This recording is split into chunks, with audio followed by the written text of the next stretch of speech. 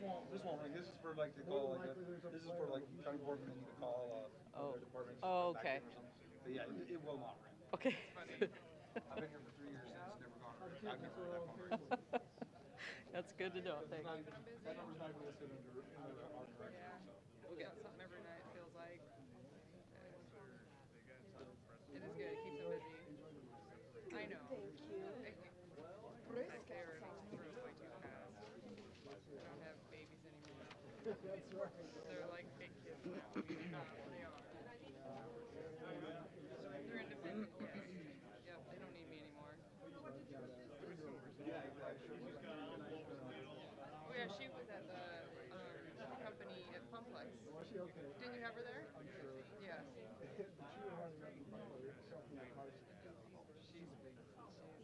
She's got it under control. So fun.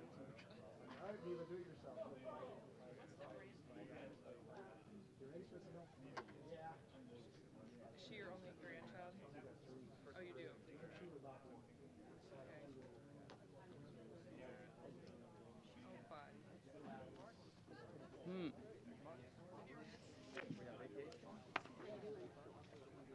Yeah. They do a lot with them. Did that with us. What happened? Why is it, like little things? That happened a lot when we were kids. Yes.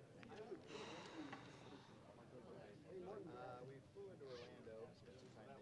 Morning. Already? There's Mark. Good. How are you?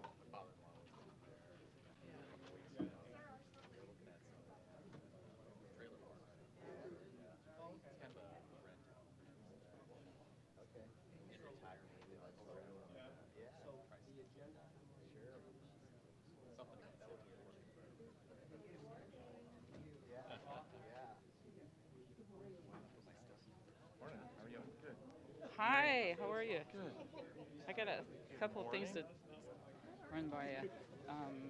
Just FYI, you're going to read the recognition aloud, and then that will be the time you might be able to say if any board, or no, Gwen will say if any board members have any. Okay. Or no, I think it'd be better if people just do it voluntarily rather than announce it. That way you're not on the spot to have to say something. So, Is there a prepared formal recognition? yeah, it's in your board, at your okay. place. Gotcha. Sorry. Gotcha. No problem. Here it is. Okay. Awesome. Thanks.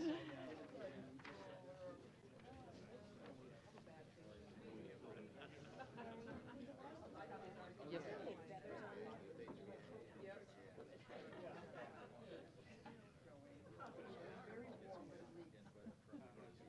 They look good on you. Thank you. Absolutely.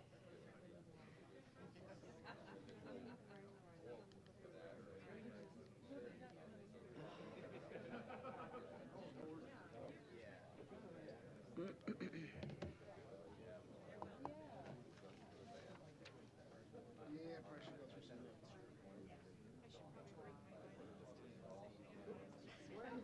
This is a movie theater. Yeah, actually kind of. Getting all comfy. Accommodate a lot of that, or we just kind of standard.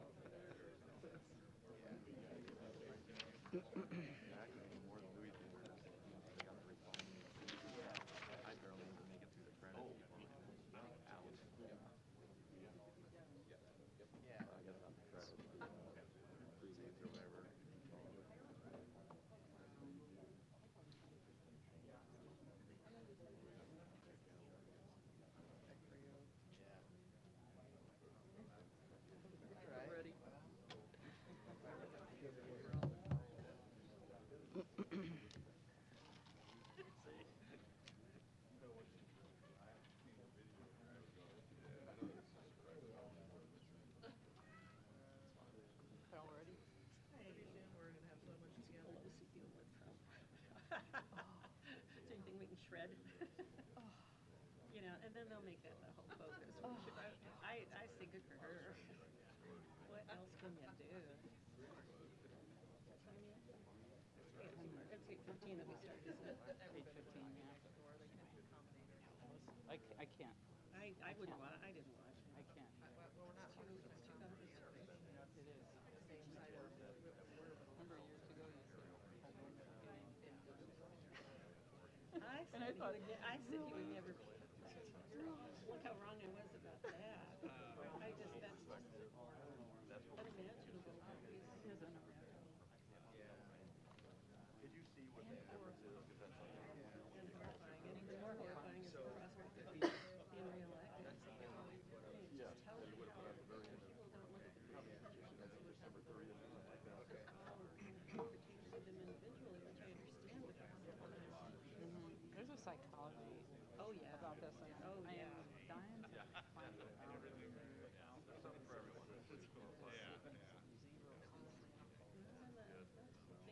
Thinking. But we need to know to be prepared if we're here. We're still here or not. In season. Oh gosh, on that pleasant note, it was funny when I pulled in this morning. You know, they've got the cones out in the parking lot, and I was pulling up closer, kind of waiting for the guy to come out. And he looked at it. Oh, it's you. And I started laughing. And I said, later when we were talking after I pulled in, I said, I didn't know if that was good. It's you or bad. It's you. He's a very sweet guy. Yes. Yeah. I was looking at the legislative roster yesterday, and I saw on Sarah's staff list there was a T. O'Neill. Do you know if he's working for her? And then, Does he have a law degree? Is he a young guy? no. Oh, no. He's This probably is a older young than guy, me. but she hired him to be on their staff. Oh, good. She said Okay. because they have it doing this in the session that they think he's all Edith? Well, he puts his head somehow in his hand. Okay, I haven't So she's a seen. little confused about that. He's a young guy. I'd say he's late 20s. Oh, okay. He's a baby. Yeah. Because I heard that Tip O'Neill, he used to be around in my day, and super, I remember. He's super a guy. lobbyist, isn't he? Right, he Yeah, was. no, it's not too. Okay. Great guy. And he is now back there in some capacity. I think he's a staff person. Really? That's what somebody told me, yeah. He got removed I mean, he kind of got out of the grind, and now he's back, but he's back in politics, which I really like. And then there's Sherry Schaefer that works for her, too. She's a lovely person. She is. I like her so much. And when Sarah was selected as the chair of Health and Human Services, she had already accepted a job, but she told him she was trying to get a job with Sarah, which I thought was really nice. She is a lovely person. I think she's planning on retiring. Is he afraid so? Because she's probably getting up there. She was there when I started in 1982. Probably Sarah's going to go down the last session. I don't see it's going back a ways, yeah. But it's worth a try. But I was down there for 10 years. 40. I know. I have clothes that I was on for. Yeah, do it just to see. I think She is so nice. You have to. I like her. She's so nice. Lovely. Isn't Isn't it? Incredible. And withstand the adversity down there. I mean, you get a lot of hailstorms. I've been there. Right. And It is. When I started down there was a lot more camaraderie. There was a lot more. You're doing not going to right. into the abyss. And if people were on the outs, there was really good reason. You know, if you were not a comrade I with got somebody. myself on the outs a couple of times. I don't remember. I think I kind of went into it too deep about the prairie dogs with parenting and that sort of because it ate a lot of time up, and I shouldn't have done that. I shouldn't have lived there. Prairie dogs. Yeah. Oh. It is? Oh, yes. That's right. Well, there was one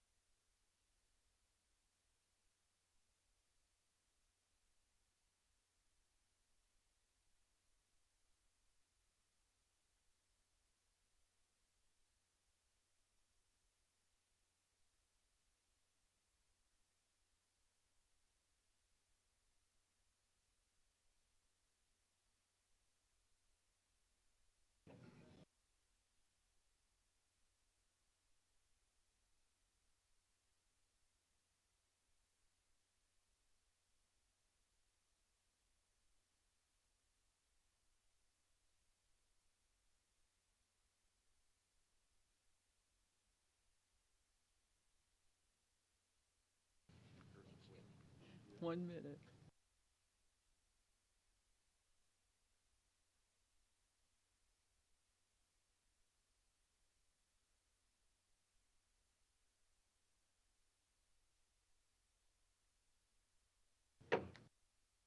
I'd like to call the meeting to order.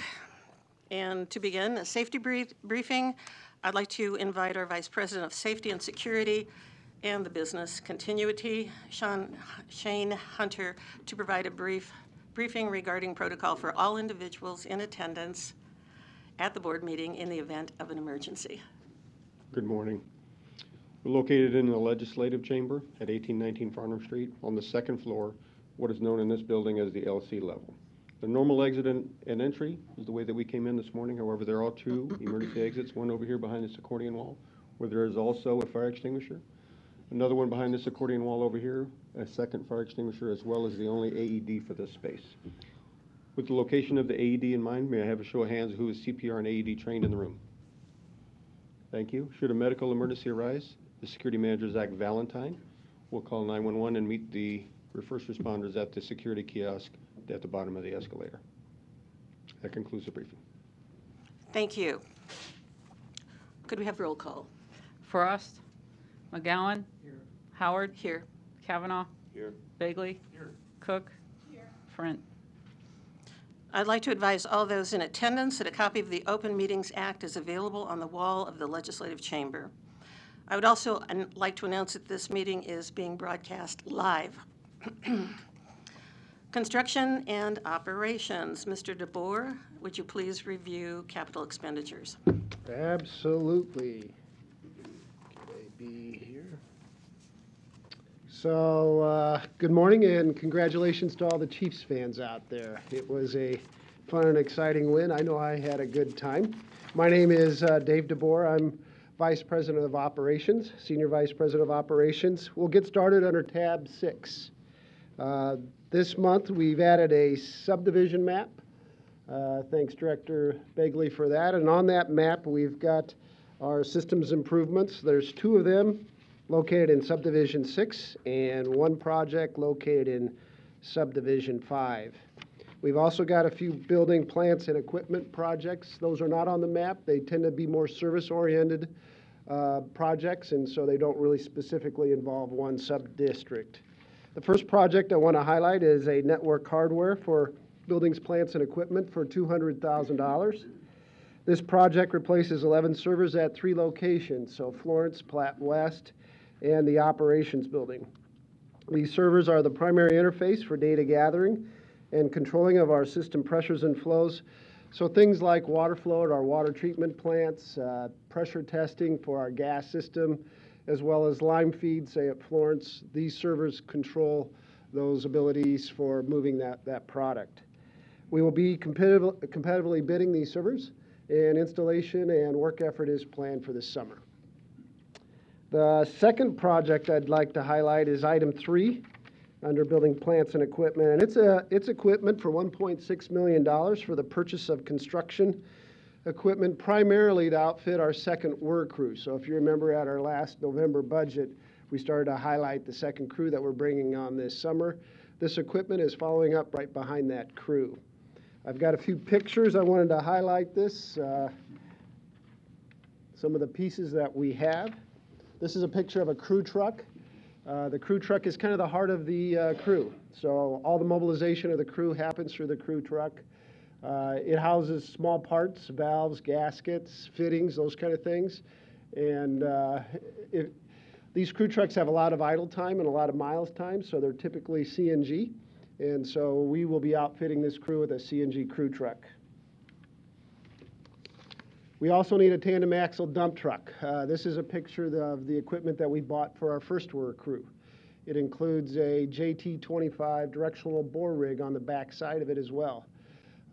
This bore rig is pretty impressive in that last summer, around the 60th and Ames location, we put a bore down 60th Street that went 710 feet. So we had an excavation pit on either side and interconnected it with a 700-foot pole. It was Foreman Dillo and crew leader Hill were overseeing this project, and it almost doubled our previous long pole. So The equipment we're buying is definitely high quality, and we're seeing efficiencies in the field. But we'll be getting a tandem axle dump truck as well. We're also buying a straight flatbed truck. This truck will be housing the mixing equipment. The mixing equipment was already pre-purchased. It's on a trailer right now. We're going to outfit the flatbed with that mixing equipment and then use the straight truck with the mixing equipment to pull the JT25 bore rig. What that then does is free up both tandem axle dump trucks to be used for each one of the crews. So you can start seeing the efficiencies going in as we bring in this second crew. This is a rubber tire wheel loader. It's another 150 grand. The dollars keep chinking up around these things, but they're primarily used for offloading material. You can kind of see the forks just on the top side of the bucket. We use it to offload our pipe. We'll put V-Bio around our pipe using this piece of equipment as well. It's the poly wrap that goes around the pipe before we put it into our borers. This device will also be used for loading up all the dirt and the concrete and a lot of that kind of things too. Kind of the Swiss Army knife of our crews, this is the backhoe loader. We use this for almost everything. It provides tamping, it removes concrete, it elevates earthen materials into the dump truck, concrete as well. This is a rubber tracked excavator. I call it a mini excavator. It's tracked such that when we're working in green spaces or residential yards, we're not rutting it up as much. It has a narrower footprint so that we can work in one lane at a time and keep the other lane open. So similar to the other excavators, we use it a lot for loading up our dump trucks. And the last one is a compact track loader. Mr. Zellers will probably touch base on that. We bought this in combination with two other track loaders, so we bought 3 of these, one going to the work crew. We use this a lot for site cleanup. There's a sweeper attachment that goes on that, so we'll be moving and cleaning up the sites using these compact track loaders. Any questions on the capital expenditures letter on these 2 system Dave, improvements? Yes. Not a question, just a concern. Where are we going to store all this equipment? Because it's my understanding the construction center on Grover Street is just full. Yeah, it is.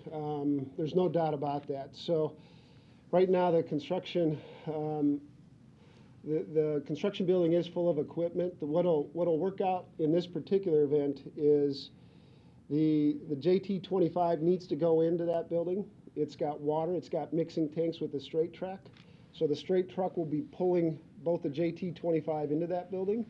What'll probably be coming out will be the dump truck that's pulling it now. So it's kind of a 1-for-1 replacement with the equipment. So most of this will remain outside, except for that flat truck that's pulling the mixing equipment will be going in, but we'll be pulling out the dump truck. But it is it's an area that remains a control for an area that remains a concern for us. We are actively looking at other locations for a construction center. That's my concern. I think we should be. We've talked a lot about, what if a tornado would hit down there or something, too much concentration of our equipment there.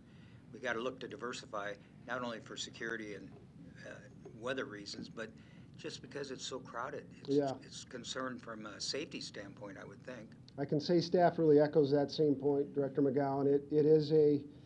We are actively pursuing it. I was speaking with Joe a little bit a day or 2 ago, and I know that we've got money earmarked in the budget as we move forward over this next 5-year plan. So it's certainly part of our direction that we're heading. And we've been identifying several sites in and around Omaha. Money in the budget for what years? This year or what? Mike, it's actually in the last year of the 5-year view. See, that concerns me. I don't know if we can wait 5 years or, because I keep hearing all the concerns about safety and putting too many 10 pounds of potatoes in a 5-pound sack, and I think and now we're ordering more equipment, and, as we go on, we're going to have another crew. It just is, we're compounding the problem. I think we need to get a strategic plan in place of where and when we're going to do something, because it's an accident waiting to happen. Okay. Is this additional equipment, or are some of these replacing vehicles or equipment that's gonna be Yes. taken out of service. So this 1.6 million that we're talking about here, this is in addition to. There's a couple that I know that John will highlight in the requisitions part that I know is replacing. Any other questions on the capital expenditures letter? Is my microphone on? Thanks for the presentation, Dave, and the questions. Mr. McGowan, by the way, Mark Doyle, President.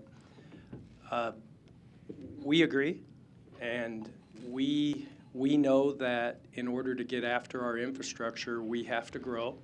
So we want to thank the board for your support on our second water infrastructure replacement crew in the last 2 years. Yeah. We understand the concerns and we're aware of it. As Dave explained, we do have to, it's like a ballet in the garage when it's full. And if you're ever there on an inclement weather day, our employees are well versed at making sure that the vehicles that need to get out in an emergency are up front, things like that. So we're very cognizant of the safety aspect of this, and especially the emergency response aspect of this, whether it's in the middle of the night or at a time when we're all in there during the day. But your support of our facility master plan, which we are working on, and we are building a strategic plan that includes another construction center site, is paramount to us getting to where we need to get. So I want to underscore that your support of our moves on our facilities to take some of the load off the operations center, which we'll talk about in a little while, and put a plan in place for another construction center site. Where it is in our budget right now is where it is, but we're going to work really hard to make sure that we do it as quickly and efficiently as we can. But we want to thank you again for the support to bring on a couple more crews in the meantime. Right now, our facilities are a barrier to growing because we can't do this just with external help. We have to do it with more internal help.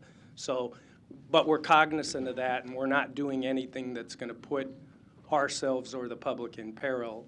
And this is another step toward getting after our water infrastructure, specifically in this case, reducing the number of disruptions to our community in terms of water main break and working more on managed work to replace more pipe.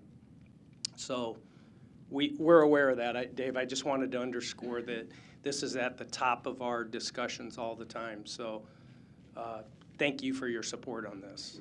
I would ask that, 3 or 4 months down the road, give us another update where we're at on planning for this. We will, and an important version of that is coming next month. We are working on our plan on infrastructure integrity, and this is right in the middle of that. So we will. A couple months down the road, we'll give you an update, and we'll keep it front and center. Thank you. Thank you. Very good. Any other comments on this capital expenditures letter? Okay. The last capital expenditure that I'd like to highlight is under tab 7. This is a capital expenditure for our headquarters. It's $8.1 million for the renovation at 7350 WorldCom Drive. The repairs to the parking garage are complete, and demolition of the second and third floors are also finished. We're now ready to begin renovation of those spaces. So we'll be bringing in new security systems, finishes, lighting, all the furnishes. So this $8.1 million goes into the renovation from that point on. This will be really an exciting and collaborative space. I know for myself, I'm looking forward to what this space is going to look like, and getting ready to start to think about moving into that building. Approval of this request will authorize the president to enter into a contract to begin the renovation of the new headquarters.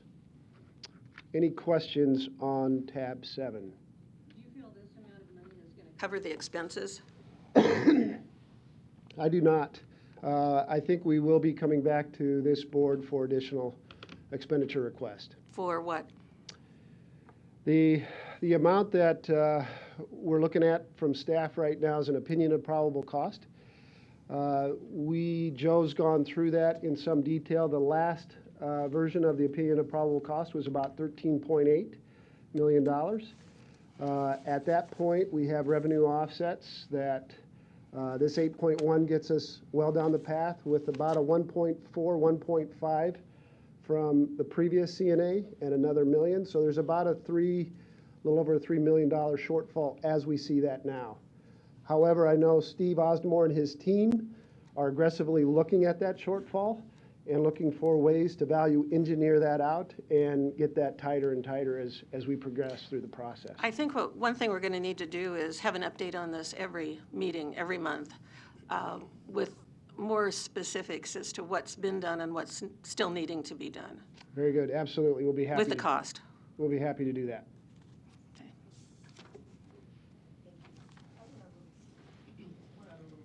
The other day to the space, and it does promise all the things that you mentioned in your presentation. It will be beautiful and ergonomic and all those up to date in terms of security and technology. My concern is that from what I'm recalling when I first joined, the round figure or the ballpark figure we had all in was $10 million. Am I remembering that correctly? That's correct. All right. So in my arithmetic, we would have gotten $6 million from the sale, and then we had the $4 million. So it's just seems like we've already gone up, not even above what we thought in the ballpark earlier this autumn, but the opinion of probable cost is, 40% more than that? So I would echo what the chairperson has said, and to keep us up to date, not on every, we screwed in a light bulb today, but if you anticipate, overruns, that we can maybe come back to the degree that this board can influence that to manage those costs going forward. Because I said, it's nice. We walked around and had hard hats on and everything. But I think the expectation of the ratepayer is that we look at the economy of it and not maybe as much as the comfort and beauty. Understood. Yes, Thank you. we'll be happy to come back to you on a monthly basis, probably just giving an update on price points, as well as maybe schedule, how it's starting to lay out the schedule. I know with Raid moving on, the transition for oversight of this project has fallen under Mr. Osdemore. With regard to the contracting work that's being done, is there anybody from facilities management from the district who is sitting down with them to listen to what the contractor's plan is, and then for the district to scrutinize and push back on something, on an expense that may be an exorbitant amount? Yeah, maybe Steve, you can jump in too. I know Steve's put together a strong team. Maybe just feel free to highlight the team.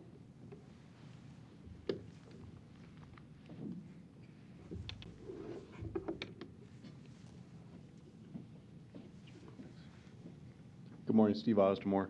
Yeah, we put together a team consisting of, the project lead right now is John Zellers. He's Director of Purchasing. You're all familiar with John. And assisting him is Melissa Polito, one of our engineers. And she's just coming off of the large capital improvement project at Florence. Everything is being basically dissected and rearranged to make sure that we are in compliance with MUD policies, procedures, and protocols. Moving forward. And yeah, the value engineering is taking place. It has taken place, and it continues to take place. Thank you. Are there any other questions while I'm here? No, not for me. Okay. All right, very good. Have we spent the $6 million we got from the county? Or is that in, last time I asked, Joe, I think you said it was in the bank or something? No, we have not spent the $6 million. I mean, it's a funding source, I'll put it that way, but when we talk about, to Director Cook's point, the $6 million remains. It just, kind of was deposited in the general fund, if you will. So we haven't spent that as part of our renovation yet? We still have that available? I mean, I guess it's a matter of color of money, Mike. So it's a funding source. It's part of our cash. So we spend from the general fund as we allocate funds to this project. Is it encumbered fund? Would that be the way to state that? We don't. It's effectively earmarked for this. We don't really use the encumbered term, but I appreciate what you mean, Mr. Kavanaugh. So if you will, yes, it's encumbered for the building. It's a funding source. But when we talk about the 10 million that was in budget, that was kind of, we had to get authority to spend a certain amount of money. Since the 6 was in the general fund, now let us spend money out of the general fund, the 6 and then 4 more, if you will. So, you know, this $8 million and maybe a little bit more later, it's not necessarily all on top of the $6 million. Absolutely not. Okay, so it doesn't, I'm just looking at the rate impact on this, thinking 8 million here and another couple million, you know, where do we get the money? Well, we got 6 of it sitting over here, so we got to find the other Right. 3 or 4. Right. And in the course of doing that, of course, we'll be scrutinizing all of our capital and all of our spending to see if there are other opportunities to economize where we can or defer if necessary. Right. But nothing that damages any initiative or any, you know, effectiveness of the district. That certainly won't happen. Right. And I got to keep reminding myself that we sold the building, we got $6 million, and we bought this new building, and the net cost of everything is a lot cheaper than what we were facing had we stayed downtown, you know, just to be compliant with ADA, modernize the building and that. We'd have spent a lot, I forget the number, how much it was, but it was $15 to $20 million over time to completely renovate the old building. But then we still didn't have the new space and people consolidated and everything. So it's expensive, but we got to keep reminding ourselves of the money we saved by moving out to the new building over time. Right. And I guess one more comment I would make, excuse me, when you think of the proceeds, obviously then we put out 7.9 plus fees, 7.9 million to buy the new building. Right. So the renovation costs are on top of that, so. I do recall, though, that one of the selling points of buying that building was that it was mostly ready to move in right away without having to put a lot of money into it. I know we are putting a boardroom into it, and there are other renovations that are necessary, but it was sold as a ready-to-move-in building. So I just think, I hope all of us are cognizant of the fact that we don't want this to be a money pit and to continue dumping money into it that we otherwise would not have to spend. Agreed, and that really, I think that'll be really affirmed with Director Howard's recommendation to move forward with a monthly update to keep this board up to current costs and schedule processes. Having said that, I'm confident that Mr. Osborne and his team will do a very good job of making sure the dollars are spent wisely. Understood. Well, and I would certainly second that, because I remember the term move-in ready. And move-in ready with minor carpet replacement and paint is certainly different than demolition. And I would urge anyone that hasn't been out there, as Director Cook and I did go out and see it, to walk through the building, see what's been done. I mean, there were bathrooms there that most of us would consider quite satisfactory that have now been torn out. So I think we need to be stewards of how we're spending the money out there on that building, and in no way go back to the ratepayer. Agreed. Thank you. Any other questions on the final capital expenditure? All right, the last item I want to highlight is tab 8, acceptance of contracts and final payments. The finals, they all look pretty good. The only one I want to highlight is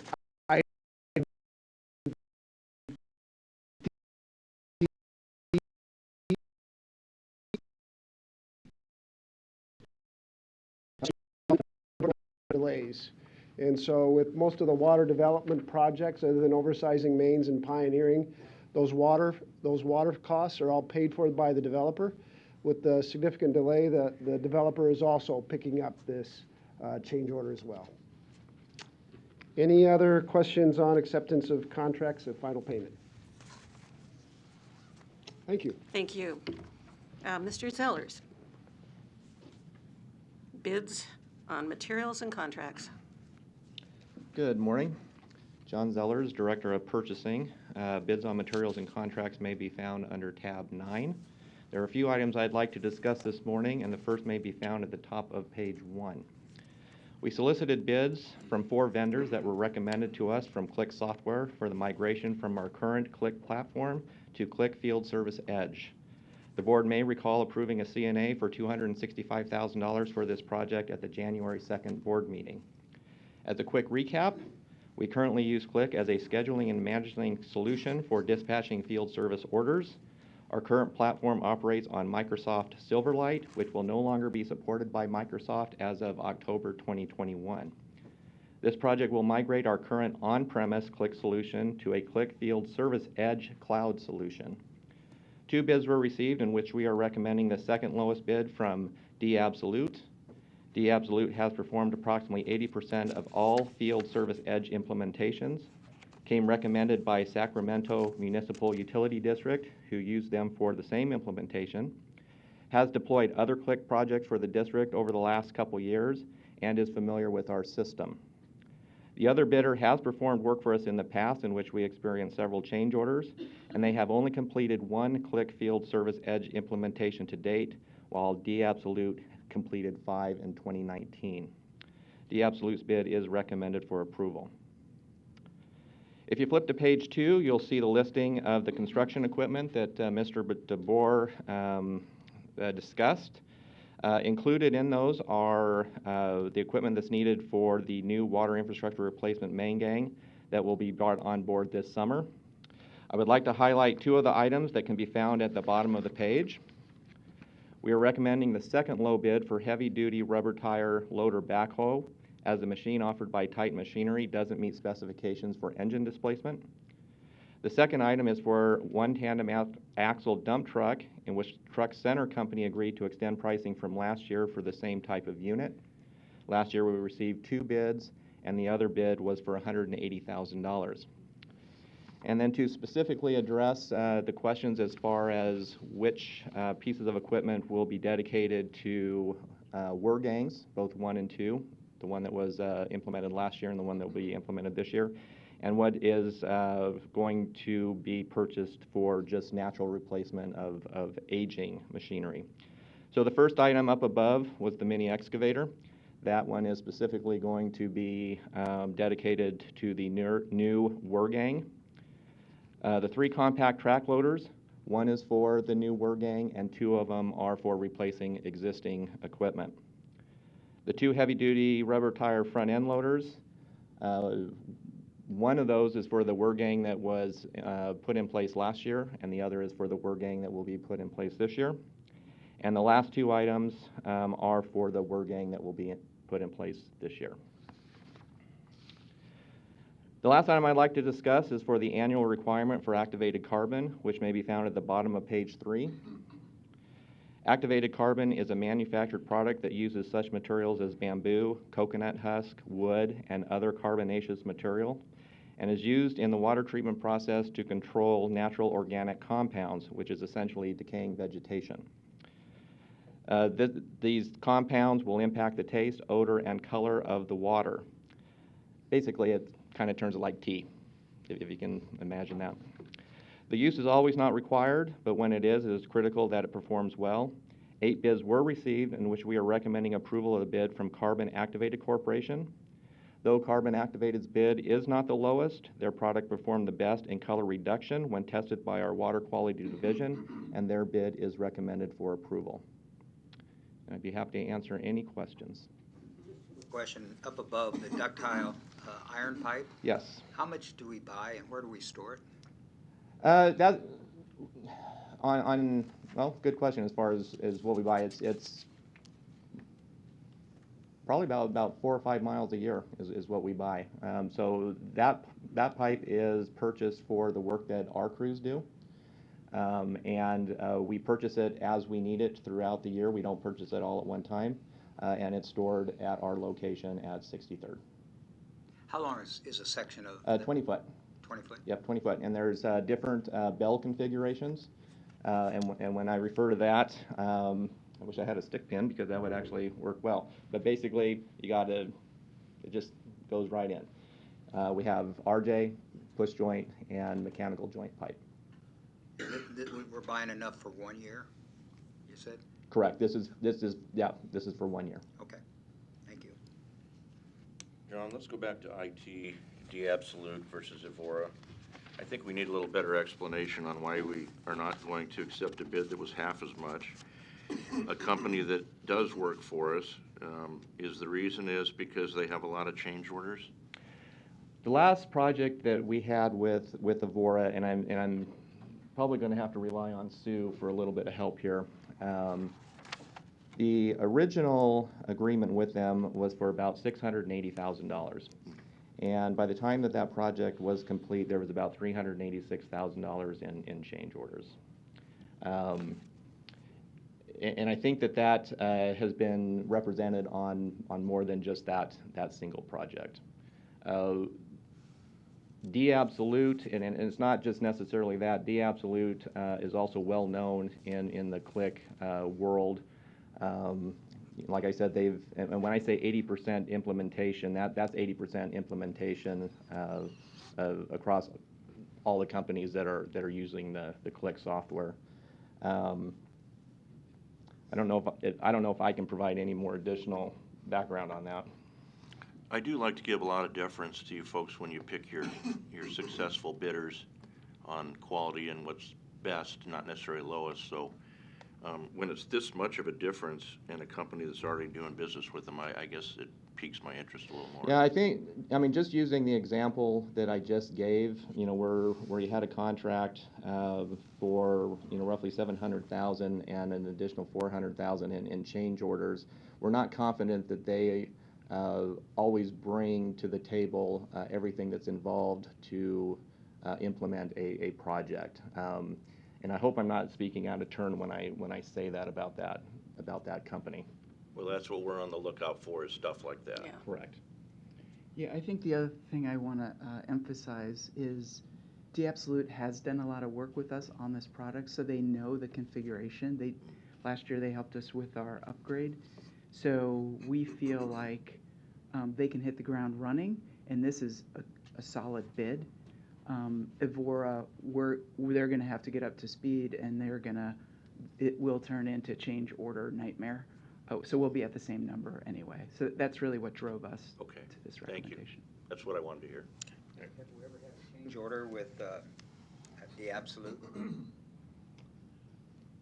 I honestly don't know that off the top of my head from history. Probably, yeah.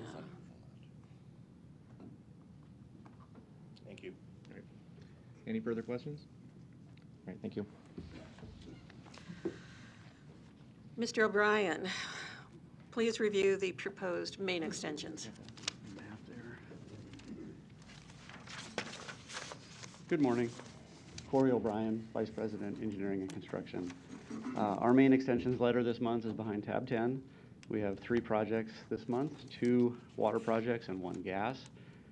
The impact of the gas project is 301 single residence lots. On the water side, the impact is 1 school lot, 2 multi-residence lots, and 3 commercial lots. They're pretty straightforward projects this month. I will call your attention to the gas project.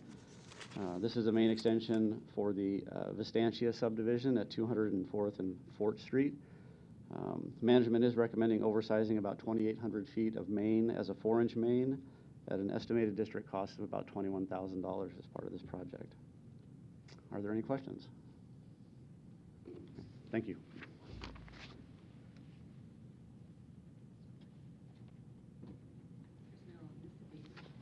Good morning. Bonnie Sabine, Vice President, Human Resources. I'll begin by recapping the January employee counts for 2019 and 2020. At the end of January 2019, our regular full-time employees totaled 800, with 7 regular part-time employees for a total of 807 regular employees. For 2020, we ended January with 817 regular full-time employees and 4 regular part-time for a total of 821. Now behind tab 11, you will find the wage and/or salary increase and ratifications letter. Human Resources is recommending the Board of Directors approve wage or salary increases for 6 employees this month. 1 employee is being promoted into an OAC job via a regular job posting. 5 employees are being promoted in SPA jobs as well, One of those is an OAC employee who is promoting into a supervisor role. The last section in the letter summarizes a request to ratify new hire salaries for 3 SPA employees. They were hired in December, and they were hired within the established grade of their job. Any questions on that letter? Mike? How many vacancies do we have right now? It looks like we had 807 total employees last year, and this year 821, so we filled some vacancies. How do we stand right now? We do have a number of vacancies. I don't have the exact number off the top of my head. We had some new positions that were approved for the 2020 budget. Some of those are already being requisitioned, a number of those in engineering and engineering support areas. And then we do have a few retirements left over from the end of the year that are resulting in some vacancies. And I anticipate a requisition at some point here for an infrastructure replacement crew. So we are moving forward with as many of those as we can now that we are live again. We were in a freeze for 3 to 4 weeks because of an implementation of a new human resources core employee system. And so we had our first postings in the last 2 Fridays. So we'll keep moving forward.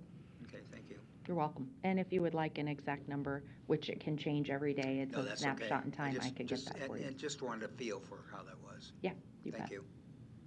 Any other questions on that? Okay. Behind tab 12, you will find the SPA salary structure adjustment recommendation letter. Existing salary grade ranges for SPA employees are reviewed on an annual basis. The 2020 salary grade adjustment recommendation continues to reflect management's commitment to the district's organizational excellence and financial stability pillars. Financial responsibility includes managing to an approved budget, and today's recommended 2.25% was included for this employee group in the approved 2020 budget.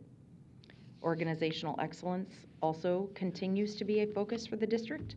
We recognize our employees are essential to the work we do within our community, and organizational excellence is achieved through our employees. We strive to engage, empower, and motivate employees to attain quality outcomes collectively. A salary grade increase remains one component in our effort to have engaged and enthusiastic employees.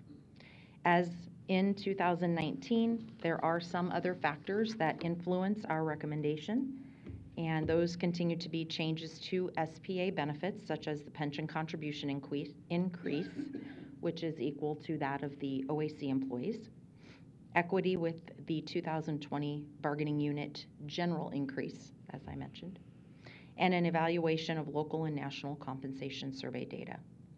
The information in this memo supports management's recommendation for the 2020 salary structure adjustment for the SPA group in the amount of 2.25%. This adjustment would be effective on March 1st, 2020, following completion of the annual performance appraisal process. Any questions on this one? Mike? A couple questions on page 2. The bottom there, the recommendation, the appraisal scores, the various percent they're eligible based upon their performance. Yes. Do you have a distribution between each of those 4? How many employees are in category 1? How many in category 2, 3, and 4? In the last 2 years prior to this year, we have had 3 employees, I think, 3 each year that did not receive their full increase. This is not a very common occurrence for that to take place. So by and large, our employees rate at the 3.0 mark, which is satisfactory performance and higher. That's 3 employees out of 800? Mm-hmm. No, these are for the SPA group only. What's the total group? About 215. 200. Mm-hmm. Just seems like, are our supervisors doing a good job on the appraisals? I mean, that's a great question. 3 employees, it seems like you'd have a little bit of a distribution between all of them. I assume you have nobody in the last one? Last category? No, we did not. We did not have anybody who did not receive at least a reduced increase in the last 2 years. How do you feel? Are supervisors doing a good job, a fair job, a reasonable job on expecting performance and rating them? Well, supervisors do have a variety of components that they each use when they rate their employees. We do use a process that takes that supervisor's performance, recommendation, and appraisal, and it goes up through 2 additional chains within their supervisory group. So there are 3 sets of eyes on each performance appraisal. And then the Human Resources Department does review each and every performance appraisal. So we do have conversations when there are questions or there is ratings that seem to be out of line with the rest of the group, or if there is a performance issue, so that we can discuss performance improvement plans and things of that nature. We do also do some training for our supervisors prior to the performance appraisal kickoff process, so that we can give them reminders on what good practice is for conducting the performance appraisal process. So do I feel confident that every employee is getting a thorough performance appraisal? I do. But we can always and do always reevaluate after we've had a performance appraisal cycle any topics that we see need to be addressed with future training. So, were all the appraisals done on time? Well, there are some employees who are out of the office. If they are out, then certainly they are skipped, and their performance appraisal is finalized when they return, because the last part of that performance appraisal process is a meeting with the employee. But I would have to look and see if we had anybody who was not completed on time, who was present. Okay. And then at the bottom of the page, too,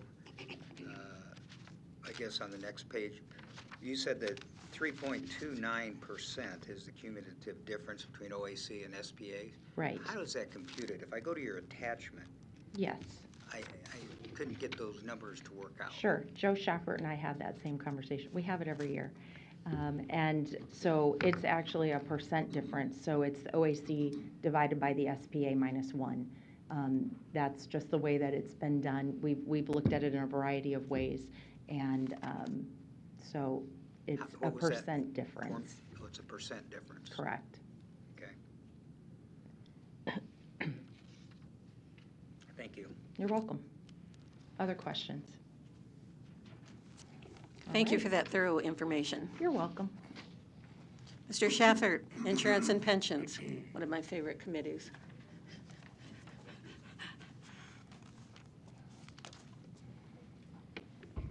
Good morning, I'm Joe Schaffert. I serve as Chief Financial Officer for the district. Behind tab 18, you will find a report prepared by Vanguard Institutional Advisory Services reflecting the full year investment performance for both the pension and other post-employment benefit trust funds. Pursuant to the provisions of our investment policy statement, a Vanguard rep is to present to the full board at least once per year to report on the performance of the funds. Mr. Joe Wolfram is present this morning to provide this update for you. And I should note that for those of you on the Insurance and Pensions Committee, Joe does present on a quarterly basis. He presented a more detailed version of what you're about to hear this morning at the January 27th meeting of that group. So with that said, I would invite Joe to present this information. And here's Joe. Thank you. Joe, get this switched over for you. Sure thing.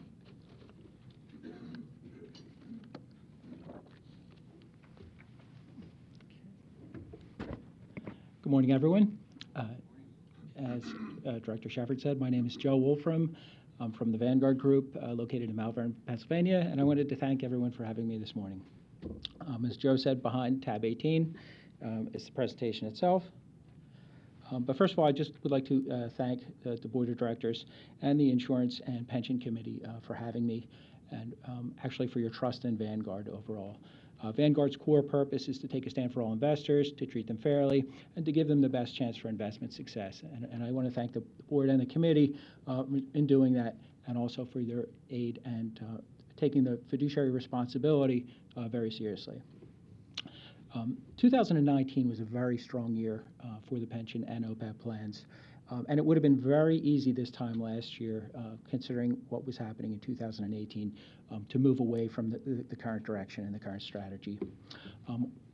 On tab 2 of the presentation, you can see that the year-to-date or one-year performance through 12/31/19 for the pension portfolio was 20.8%. This is in stark contrast to the 2018 performance, which was negative 5.34%. Likewise, for the OPEB plan, one-year performance in 2019 was 22.24%. Again, in stark contrast to over negative 6% in 2018. So I do, again, want to thank you for staying the course, maintaining that strategy, and taking this responsibility seriously. Pension plan assets at the end of 12/30/19 were $449 million. They actually began the year at 12/31/18 at 375 million. So it's an increase of over 74 million. That would also include pension contributions of 16 million and disbursements or benefit payments of 21 million. So all in all, that increase is very significant. Similarly, for the OPEB plan, assets at the end of the year, 41.3 million. Beginning of the year were 24.4, so that's over almost a $17 million increase.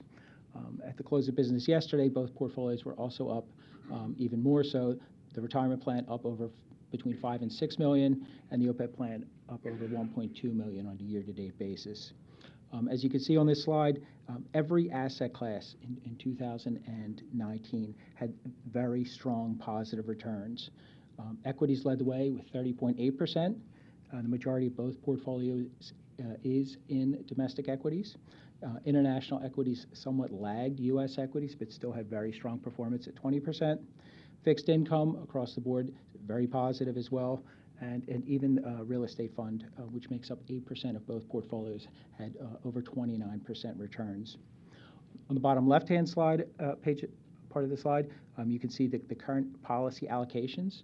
The actual allocations are very close to the policy allocations shown, with only differences being due to cash flows and rebalancing. So we do use those cash flows to rebalance the portfolios. Total advisory fees, shown on the right-hand side, are actually 5 basis points for the investment fees and expenses. That's the actual cost to run the funds themselves. That's not a direct cost, that's an indirect cost that comes out of the returns that are shown. And then the advisory fees themselves are 3 basis points. So that's the actual fees to manage the plans themselves. Both of those fees are actually a reduction from last year's fees by 1 basis point each, just due to cost savings and lower expense ratios for the funds themselves. So that's basically a summary of performance for 2019. And then unless there are any questions about that, very briefly, I'd like to go forward with our capital market assumptions looking at 2020. And also, sure. I just want to share with the board, we had a lot of discussion at the pension committee meetings, but I think it's very significant that OPEB has a balance of $41 million, and we just started funding that, Joe, what, 3 years ago? Yes, the middle of 15, I believe it was, Mike. 15? And so we're still pay as you go, but we're building up this fund so that we can eventually turn over and start using these funds to pay the claims. But this board made a big decision to start funding the OPEB, and it's starting to pay off now. So I often call that the Patterson-Shafford OPEB plan because it was their brainchild. So I always want to give credit to our former colleague Steve Patterson for working with Joe on that. Yeah. And our former CFO Deb Schneider. Yes, for sure, for sure. Yeah. So no, that's a great deal, and I'm looking forward to seeing the report on our pension funding, and because that and this, as a district here, we ought to be proud of what we've done for our employees. Thank you, Director McGowan, and rightly so. In addition, one other point of view is the fact that we do continue to look at this portfolio. So in November, although there were significant changes to the portfolio, there was a slight change in the fixed income portion of the portfolio, just to directionally make the portfolio duration neutral. So we continue to look at the portfolio itself with respect, obviously, with the pension plan and the expected rate of return on assets, and likewise with the risk return tolerance and time horizon given the OPEB plan. So those things we do continue to look at. Okay, if there's no more questions, very quickly, what do we expect for 2020? So obviously 2018, significantly negative year. 2019, very strong positives. Where do we go from here, and what is significant in 2020? So in 2020, we actually expect, obviously, more volatility. So even in the last few days, we've seen volatility in the markets. There's some certainties which we can put predictions around and probabilities around, and then there's other things that occur that you really can't do that, such as, for example, the coronavirus, which has had a negative impact on growth recently, but really been a source of volatility itself. So in addition to longer expected volatility, we do expect the Fed to have a significant portion of control on what happens in the economy in 2020. Vanguard does expect 1 to 2 Fed rate cuts before the end of the year. This is a significant change in policy from this time last year when we were looking at Fed increased rates a number of times before that. In 2019, they decreased rates 3 times, all at periods of times when the stock markets were hitting all-time highs. So we still continue to look to the Fed for direction with respect to maintaining growth in the economy. We expect growth in the economy to be somewhat muted, and we expect investment returns going forward over the next 10 years to be somewhat muted, given the returns over the last 10 years.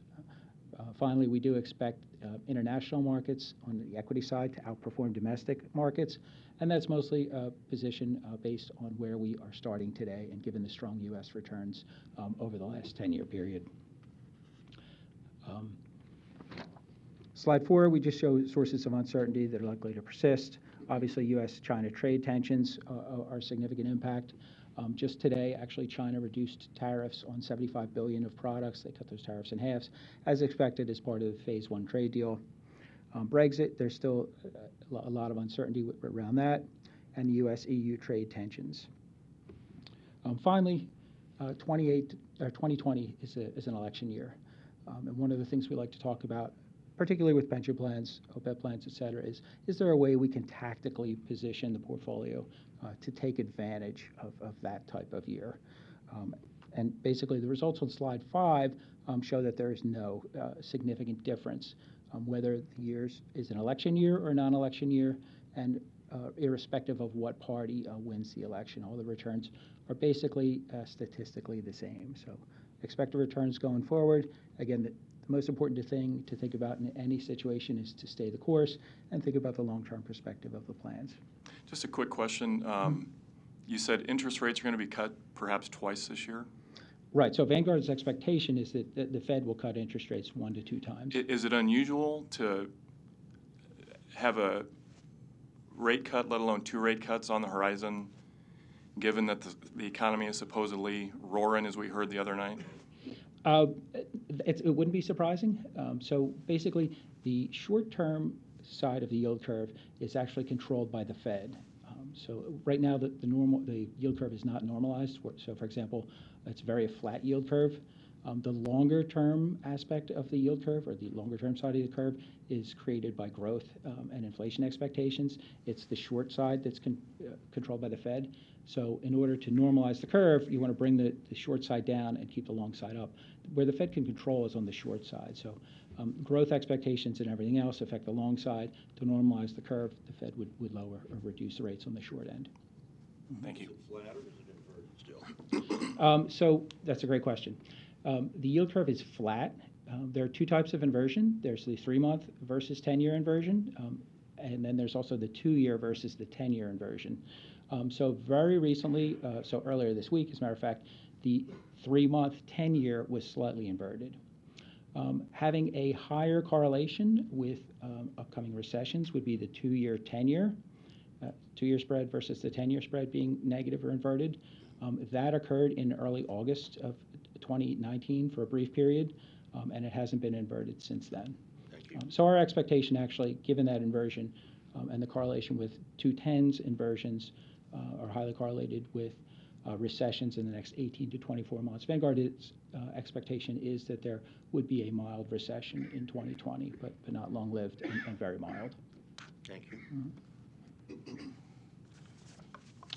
Any other questions? Any other questions? No. Thank you. Okay. Always informative. Thank you. Thank you very much. Thank you for your time. Have a good day. Next year, bring these same numbers back. I'll try. Thank you. Mr. Mendenhall will give us an update on the first legislative report for 2020. Yes, good morning. Thank you, Director Howard. And my name is Mark Mendenhall. I'm the General Counsel, and I am appearing today in Rick Kubat's space because he is down in Lincoln for reasons I'll mention briefly. The session is a 60-day short session of the Nebraska Legislature, which began on January 8th and is tentatively set to adjourn on April 23rd. Proposals which were introduced in the previous session could remain under consideration by the legislature. For the 2019 session, I'd like to mention 2 bills, and then for the 2020 session, I would like to highlight 4 bills. And to remind you all, I would be asking for you to take a position on the recommendations of management today, so that, and then at future legislative reports, we will just be asking for that to be placed on file. So the first bill from 2019 that I would like to highlight is LB 148. The board position on this was neutral. It has been placed on select file with a committee amendment, and it is our expectation that this actually does pass. This is a bill which impacts the budgeting process for a public body, and it is our position that we do already comply with this by engaging in the budgeting process over the course of October and November and December. So we don't expect this to have any impact, but I do highlight it for today. The next bill I'd like to highlight is the significant bill brought on behalf of the City of Omaha that Mr. Kubat is in Lincoln monitoring. This is LB 242. And as you recall, this is the effort from the City of Omaha, as well as every municipality from Scottsbluff to Omaha, including the district as a political subdivision, to turn back a portion of the state sales tax dollars that were collected for sewer and potable water services. This bill provides for a phased-in approach of the turnback of those dollars. And as I talked to Mr. Kubat yesterday, I wanted to highlight what those numbers are. And so in the first year, the expectation would be a turnback of $2.3 million to the district. And again, the idea would be that these dollars would be turned back to the district for use in water infrastructure replacement projects, which this board knows, as well as anyone in the country, how expensive water infrastructure is and how important it is. For years, that would be for the first 2 years, excuse me. For years 3 and 4, the expectation would be $3.7 million. And for every year thereafter, the expectation would be $4.7 million. So a significant amount of money that would be turned back by the state legislature to the district and to every other municipality. Since this letter was written by Mr. Kubat, we had noted it had remained in the Revenue Committee. It has since been voted out of committee, and I would note it was voted out of committee unanimously with 1 abstention. And it was on the floor brought by Senator Lindstrom yesterday. And this where I may have to turn to my directors Cook and Howard, as you know this process better than I do, but I believe that there have been, through the discussion process, an amendment placed on it, and the bill is under further discussion today. We are optimistic that it will pass, certainly hopeful that it will pass, but as you all know, anything could happen throughout the course of the process. Yes, sir. Quick question on that. Turnback dollars, you said they're earmarked for water infrastructure work. Is that a decision by MED, or is that part of the bill that it has to go back? So that would be part of the bill Okay. itself, and that is my understanding of one of the concerns brought by certain senators, that how can we be certain that these dollars are, because not every some of these are municipalities that are providing water services, and so obviously municipalities are providing sewer services, water services, and they might be providing cable and electrical and street repair. And so how can the state be certain that these dollars are going to go back to water infrastructure? And so I think that will be a component of the bill. Certainly for us, it's easier because we can simply designate it to the water side of the business as opposed to the gas. So. That was discussed on the floor yesterday, and that was always our intention here in Omaha, that that be applied toward the infrastructure costs, which we all know how necessary that is. And other senators brought that same thing up on the floor. So that's, Mike, that's very pertinent. Yeah. For the 2020 session, again, I'd like to highlight a few bills here. LB 890, and this is a bill brought by Senator Hilgers, I believe out of the city of Lincoln, which specifically allows for political subdivision to use design-build processes for water, wastewater, utility, and sewer construction projects.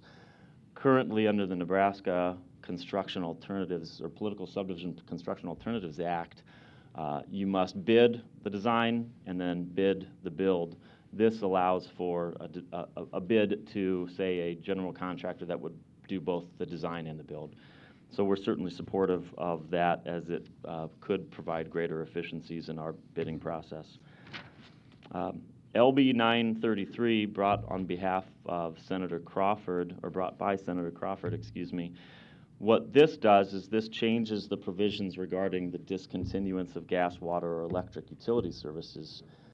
And what that means is that there is a state statute that allows for, if an individual is faced with a shutoff of either gas, water, or electric utility, and that individual brings a medical doctor's note back to the utility asking for a discontinuance of that shutoff, we, as the utility, will provide an automatic 30-day delay, or essentially a moratorium. And what I would say, practically speaking, and I'm confident of this, although Ms. Mueller and Ms. Lobsiger and their teams can speak to it with greater experience, but I'm confident of it because I've been involved in it. Our customer service reps and our field service folks work very closely with those individuals. A lot of times those individuals are suffering some, obviously, medical conditions and have some financial difficulties. And I would say the district really, from my opinion, tries to work hard with those individuals to ensure that they're not shut off and that they can make some payments. But LB 933 expands the law from a duly licensed physician, so now it will allow for both physician's assistants and APRN, or an advanced practice registered nurse, to make such certification. It also extends from a 30-day period to at least 60 days, and so it essentially gives the utility discretion where we can leave them on for a period of up to or at least 60 days. LB 1109, this is brought by Senator Chambers here in Omaha. What this does is provide similar to, but in greater, to a greater extent than LB 242, this provides a sales and use tax exemption for furnishing water services. We are supportive of this bill, but as it's written, you can imagine this has a greater fiscal impact than LB 242, and therefore generally not optimistic that it would pass, but we would recommend a supportive posture there. The final bill I would bring to your attention is LB 1205, brought by Senator McAllister. We, as a management team, are certainly mindful of, and I'm sure you are as well, mindful of efforts across the country in terms of what is called, or what is generally referred to as, an electrification type bill. And I view, Mr. Kubat and I view LB 1205 as sort of an electrification bill. It is a renewable energy standards bill, and what it does is it requires public power suppliers to phase in an increased amount of power generation capacity to come from a renewable source. Renewable sources such as solar, wind, waste management, a cogeneration facility, or such residue energy generation facilities. Natural gas is not considered such a renewable source.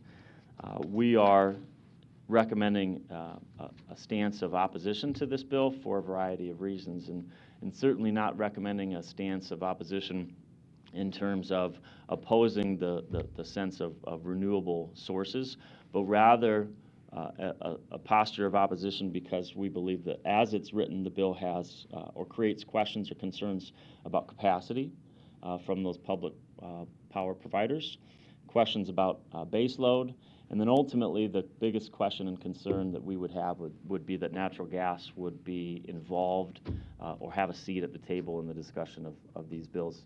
And it is our expectation we'll see similar such efforts in the years to come. So, Just to clarify, yes, sir. We are not a public power supplier. We are not. And the public power provider does utilize a certain amount of base load of natural gas from us, and so that could certainly be an impact from our perspective. Thank you. Any questions? Excellent job. Hey, all right, I got through it. I lacked Rick's comments, I guess, here and there, but I did. For never having worked the rotunda, you did quite a good job. And I am going to stay up here to discuss two other items, behind tab 14 and tab 15. What I'll mention regarding both of these are both interlocal agreements, and interlocal agreements, as you are aware, are agreements under a certain set of statutes within Nebraska law that require an approval or an authorization by the governing body. And so hence I'm standing before you asking for such approval. Tab 14 is an interlocal agreement with Douglas County, and in simplified terms, this would be an agreement for 5 years with renewable terms thereafter that would allow for the cooperative use of Douglas County's emergency radio system. The Orion network is how I understand it's generally referred to. It's a 700, 800 megahertz system that would provide support for our 24/7 operations. Essentially allows our folks in the field to utilize handheld units to connect to this radio system and handle such emergency responses. And Douglas County owns, operates, maintains that radio system, and so this gives us an opportunity to utilize that system. Yes, sir. Say that I'm employed by Douglas County. I don't know if there's a perception of conflict of interest. I won't be voting on it. You still have 4, though, to be able to do this? This would need 4, yes, sir. Okay, so I will abstain. I will abstain then. Understand, yes, sir. Do we have to pay the county for this? So it's my understanding if there would be maintenance required, then possibly, but I don't understand there to be a specific yearly fee. I guess I'm looking for Mr. Osmore. You've got good experience with this. Mr. McGowan, yeah, when they have upgrade costs, generally how Douglas County 911 does it is they distribute those costs equally amongst all the users. And I think it's important, we are using their system now for emergency response. This agreement will expand us and give us the ability to use it for our day-to-day operations. Yeah. So we're only subject to upgrade cost, share of those? Yeah, and our share, if we're using 5% of the system, we would be responsible for 5% of the cost. Okay. And we'll be responsible for our radio licensing costs, so our own individual costs that we'll have to license, any upgrade costs. And then I actually do have to correct myself. Section 4.3 of the agreement does indicate that there will be shared operations costs. I'm not familiar with what those costs are, but there will be some operation costs in addition to the maintenance costs and the licensing costs. Without any questions, I can move on to tab 15. Tab 15 is a similar agreement that I was before you all last year in, I believe, March of 2019. This is an interlocal agreement with the Nebraska Department of Health and Human Services, and pursuant to the Nebraska Safe Drinking Water Act, the Safe Drinking Water Act allows for certifications of certain laboratories to conduct water testing, and then to certify that testing to the state. The Safe Drinking Water Act essentially designates either the Department of Health and Human Services as the testing facility or other certified laboratories. This agreement certifies the district as one such laboratory so that we can continue to perform those tests in-house, which I believe are in the Florence Water Treatment Plant. And this is a 1-year agreement pursuant to both the interlocal and the Safe Drinking Water Act, and I would anticipate bringing another agreement similar to this in 2021, and this one will run until December 31st of this year. question. Why just a one-year extension? When we had it last year, we're operating under an interim agreement now. Yeah, good question. That was essentially what they had asked for, and we had spoken as a management team just, I believe, last week, and we thought next year we would ask for a longer term agreement of 3 years, because I believe that we had a 3-year agreement from 2015 to 2018. And then 2019, they came to us and said, we need to renew, and we only entered into a 1-year agreement, and then kind of a similar situation this year. And so going forward, I think it would be nice to enter into a longer-term agreement so we don't have to revisit this every year, although it's really not an issue, I guess. Thank you. Great. This question, I guess, more for, or suggestion, I guess, is from Mr. Doyle. Mr. Doyle, I'd like to request in one of the next few months at our meetings, in one of our meetings, there's been a rollback of the Clean Water Act at the federal level, and it's been controversial. And the district produces an annual water quality report, and I just would like to ask for a brief presentation be made at one of our upcoming meetings to assure us that, and assure the public that we still produce and provide quality water for our residents, and what impact, if any, the dramatic rollback to the Clean Water Act will have on our water. Thank you, Mr. Begley. Mark Doyle, President. We'd be happy to do that, and the timing is perfect as we continue to complete our capital improvement plan at the Florence Water Treatment Plant. Part of that is our chemical building, which includes our water testing lab, and I was just recently out there as we're bringing that new facility online, aimed squarely at high-quality, reliable, safe drinking water. So we'd be happy to do that. That's an opportunity. We continue to talk about Florence, but that would be a nicer way to wrap it all around what we do in our core mission, and to remind the board and the public that we always meet and exceed federal drinking water standards, whatever they may be. So thank you for asking that question, and that's an opportunity for us to bring that to you at your convenience. Thanks, Mr. Doyle. Appreciate that. And Mr. Bigley, if I could add on to that, I would add that despite, and I guess I understand that, I've heard that as well, but there have been no changes to our testing procedures and in how we go about certifying that water. And in addition, you've already had information presented to you by Mr. Zellers regarding the activated carbon, and that's an important part of the water quality that we're trying to put out. And so to date, there's been no changes to our efforts to ensure clean, safe drinking water for our customers. Sure. Thank you. Thanks, Mark. Thank you, Jim. Do the board members have any further comments? Are there any members of the public in the audience today who would like to make any comments? Oh, all right. Committee meetings have now concluded. We will convene in 10 minutes at, well, let's calculate this out, 37 at 9:37 or thereabouts.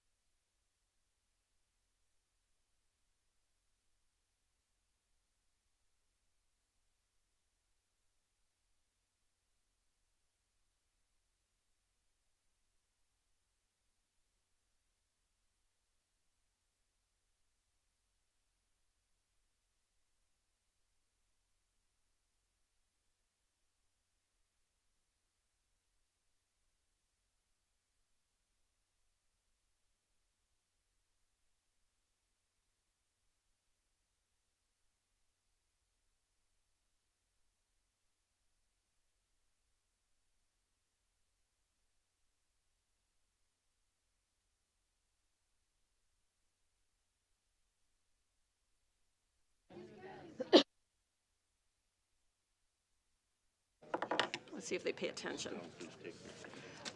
Please take your seat.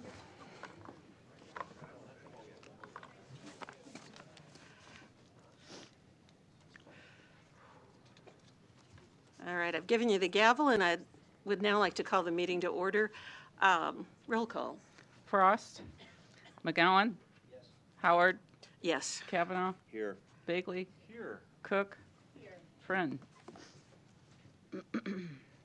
I'd like to advise those in attendance that a copy of the Open Meetings Act is available on the wall of the Legislative Chamber.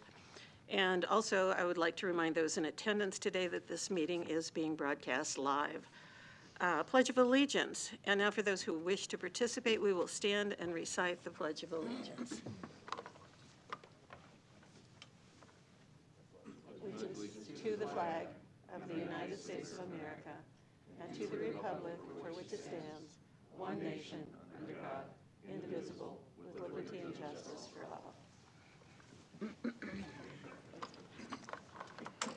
Gosh darn.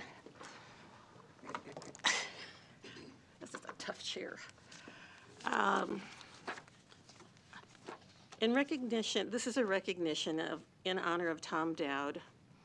For the next agenda item, the members of the board would like to take a moment to formally recognize the contribution of our dear friend and colleague, Tom Dowd, who passed away last August in 2019. Commissioner Bagley, would you please read the recognition aloud? Can I invite the Dowd family down to the podium, right in front of the podium?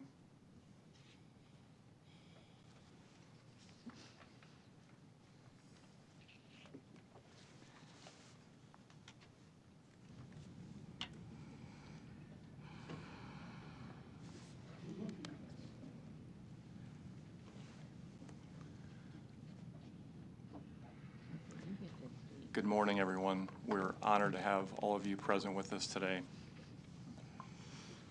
We acknowledge and recognize the service and longtime Metropolitan Utilities District Board member, Tom Dowd, who passed away August 7th, 2019. Tom served on the district's board for 40 years. He was first elected in 1974 and was elected 6 times. He was a leader on our board and a mentor to many people. Tom had a deep and wide-ranging knowledge of issues affecting the district, the community, and our customer owners. Tom's expertise in the fields of law and employee relations, along with his passion for public service, contributed greatly to the successful operation of the district.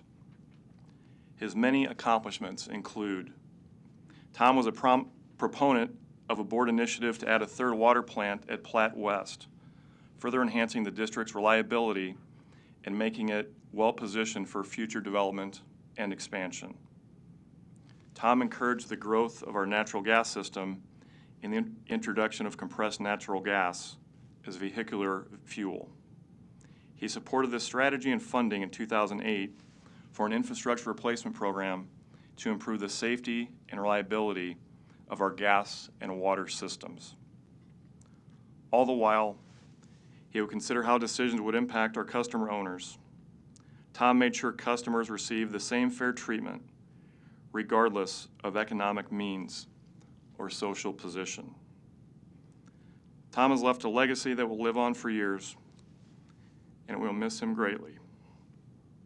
On behalf of the board, employees, and customer owners, we offer our deepest appreciation for Tom Dowd's 40 years of service on the MED Board of Directors, presented this 6th day of February, the year 2020. We'd also like to extend our deepest sympathies to Tom's wife, Sally, and the entire family who are with us today: Tim, Mike, Rosie, Daly, and Pam. We are fortunate to have had time together with Tom. God bless Thomas F. Dowd and the Dowd family.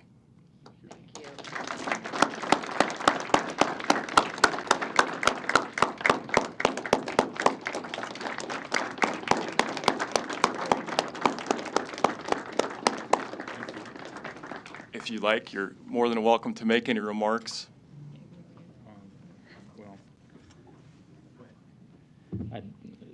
I guess the first thing that comes to my mind is that to thank you guys and to thank the MED family, because he truly felt that that was an extension of his family. So thank you for allowing for him to participate and serve along with you, because it was truly a great honor that he felt. Thank you. Thank you. No, remain, please. Would everyone on the board like to make some comments? I know we all have a very personal attachment to Tom. And I will start. I was so grateful that he was on this board when I started. He was such a good mentor to me. And I'd known him before I became a member of the board, and I'd always admired him. Thank you for sharing him with us. I knew Tom as well before I got on this board. He was a personal attorney for me and a mentor. He was friends with my dad, and he always gave me the guidance I needed. And if we were not going to vote the same way on an issue, I would stop and go, what am I not getting here? Because that scared me, because I never liked to go against whatever he was advocating, and I really had to take a very close look to see if I was on sure ground there. So he was MUD. It won't be the same since. So thank you for coming. Never had the pleasure of meeting your father, husband, grandfather, but when I got the opportunity to apply to be appointed to the seat, it gave me great. I was heartened to see that his legacy included advocating for the same kinds of things that I've advocated for people that don't have a voice, that don't have a big name in town or a bunch of money. So thank you very much. I'd like to echo what the other board members have said, but personally, I really enjoyed working with Tom. He sat across from me all the time. Seems like we never sat next to each other, but you could always look at him and read what he was thinking. And even if you disagreed with him, he respected you and he treated you. And he would come over and after the meeting and say, here's why I voted the way I did. He was just a gentleman and very knowledgeable and very supportive of the ratepayers, and we appreciate all his hard work and effort. March 17th won't be the same this year. I hope to see you guys out and about like we used to see Tom. I saw Sally with him every year, so hopefully that tradition continues. We need a motion. I could barely get through reading this, so I just, all of you know the love that I had for your father and the love I have for your family, so may he rest in peace. Thank you. I would like to make a motion that we accept the proclamation. Is this officially a proclamation? Mark? And a recognition. Proclamation and recognition. And I would second that wholeheartedly. Discussion? Roll call. McGowan? Yes. Howard? Yes. Kavanaugh? Yes. Bagley? Yes. Cook?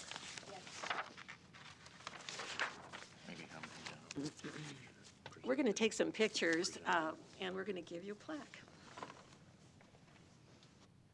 Come on down here to the front.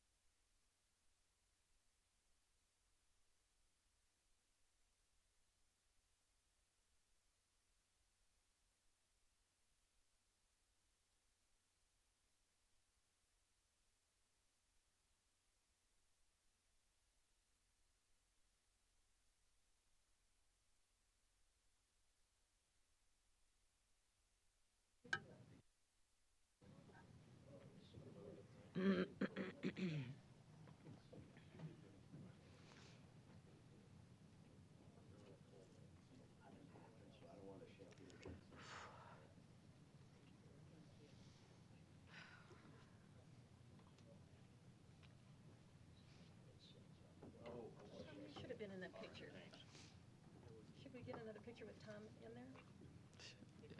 Sure. We didn't get Of Tom in the course. picture. You know what, we didn't get Tom in the picture. We're gonna do this again. No, we didn't get. Mark.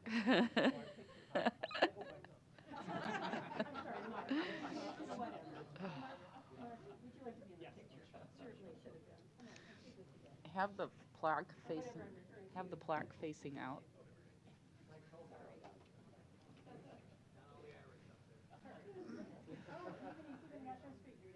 Oh,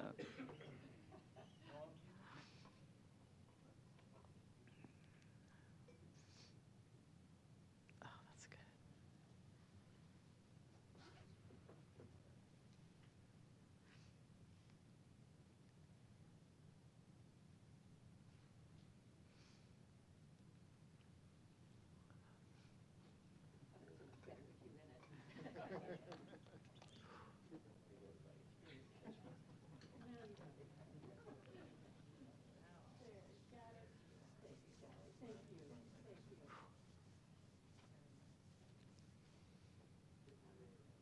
Good.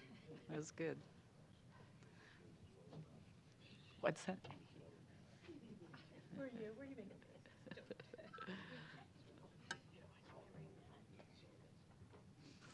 Well done. Oh. That was a hard one. Approval of the minutes for the committee meetings and regular board meetings for January 2nd, 2020. Do we have a motion? So, second. Thank you. Roll call, or discussion. Roll call. McGowan? Howard? Yes. Kavanaugh? Yes. Bagley? Cook? Capital expenses, do we have a motion? Well, capital expenditures were all discussed in committee. System improvements, building plants and equipment, and I, at this time, move for approval of the expenses outlined in the memo from Dave DeBoer. Do we have a second? Second. Thank you. Discussion? Roll call. McGowan? Howard? Yes. Kavanaugh? Yes. Bagley? Cook? Agenda item number 7, capital expenses for the headquarters building renovation at 7350 World Communications Drive. At this point, I move that we go into a closed session to discuss this further. Is there a second? Second. Thank you. Wouldn't we just move the agenda item after the closed session? Well, we could do that, but we're going to vote. And I'd prefer to do it before the vote. Right. Okay.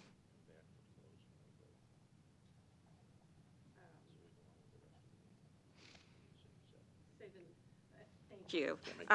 Yeah, thank you. At this suggestion, we're going to save this until the end of the meeting. We won't address agenda item number 7 at this time. Agenda item number 8, acceptance of contracts and payment of final estimates. That was discussed in committee, and I move for approval of the contracts and payment of final estimates outlined in the letter from Dave DeBoer. Do we have a second? Thank you. Discussion? Roll call. McGowan? Yes. Howard? Yes. Kavanaugh? Yes. Bagley? Yes. Cook?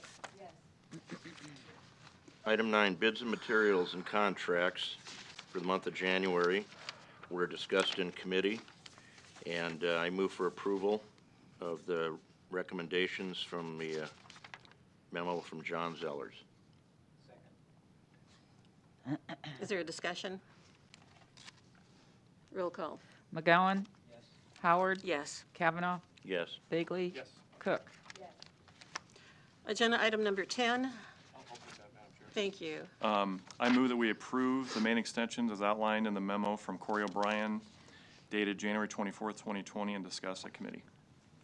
Is there Second. discussion?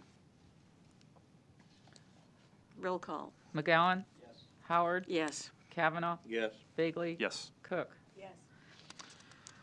Item number 11, wage and salary increases and ratifications. I move that we approve the items outlined in the wage and salary increase ratification memo from Bonnie Savine dated January 24th, 2020, and discussed in committee. Thank you. Is there a discussion? Roll call, please. McGowan? Yes. Howard? Yes. Kavanaugh? Yes. Bagley? Yes. Cook? Yes. Item number 12, SPA salary and structure adjustment. I move that we approve the SBA salary structure adjustment as outlined in the January 27th, 2020 memo from Bonnie Savine and discussed in committee this morning. Discussion. Second McGowan. Second McGowan. Is there a discussion?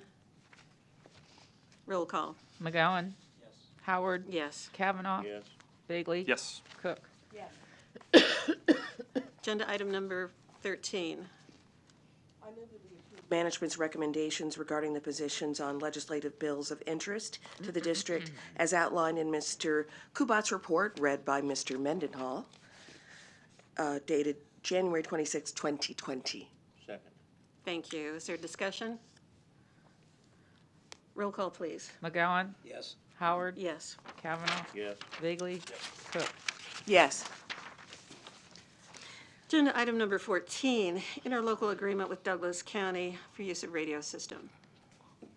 I move that we approve the interlocal agreement with Douglas County as outlined in Mr. Mendenhall's letter to the committee dated January 28, 2020.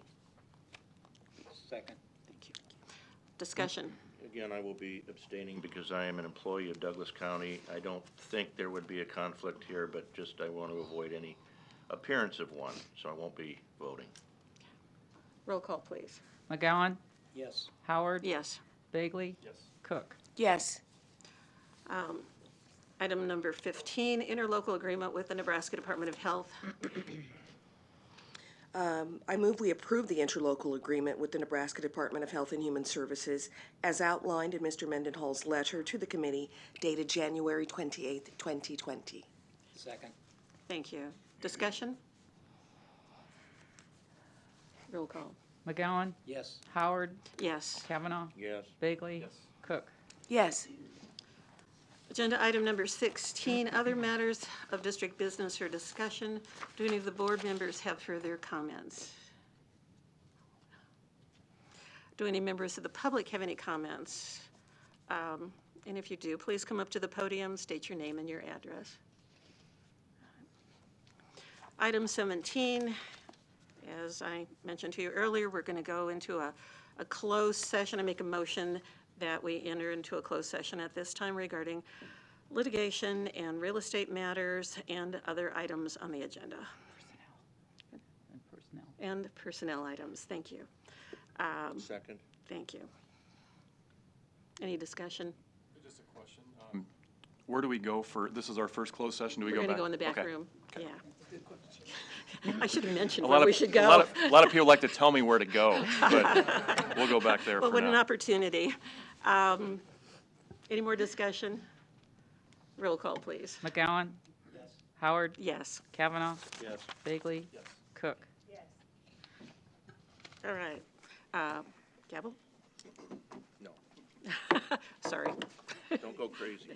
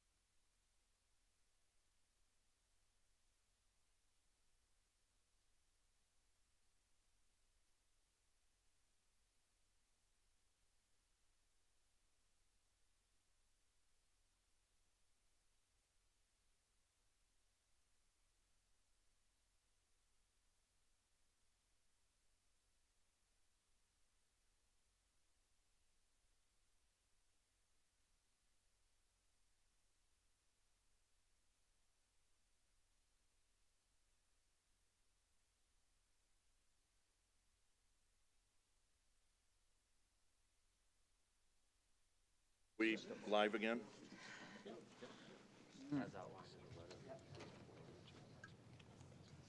Oh, yes.